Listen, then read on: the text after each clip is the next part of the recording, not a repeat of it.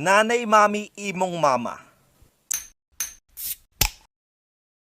Sila yung madalas mabunganga. Yung kala mo machine gun yung bibig nila kung rumatrat no? Yung mapapatakip ka na lang ng tenga dahil di mo siya mapigilan. Yung gustong gusto mong magpaliwanag pero di ka makasabat. Ano ba yan anak? Gabing-gabi na. Bakit lumabas ka pa? Shh! Shh! Shh! Ay nay, di ba pinabili niyo ako ng toyo? Hehe.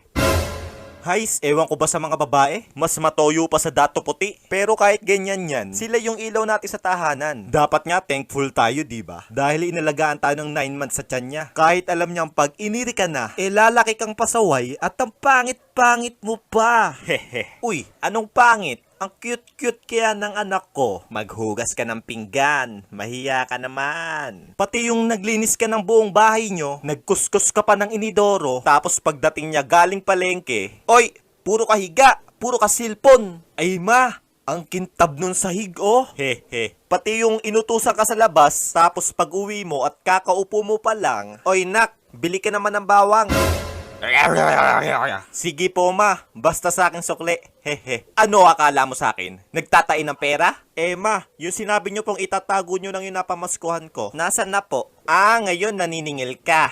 Kung singilin ko kaya lahat ng pinakain ko sa iyo. Sabi ko nga po hindi na, hehe. Pero wag kayo. Alam nyo yon, sa milyon-milyong chef sa mundo, pero luto ni nanay is my favorite. Saka napansin nyo ba? Parang may magic si nanay natin. Yung pag may hinahanap ka at di mo makita, Nay, nasan yung favorite shirt ko? Nak, nandyan lang yon. Nay, wala talaga dito. Pag yan nakita ko, makikita mo hinahanap mo. NANI?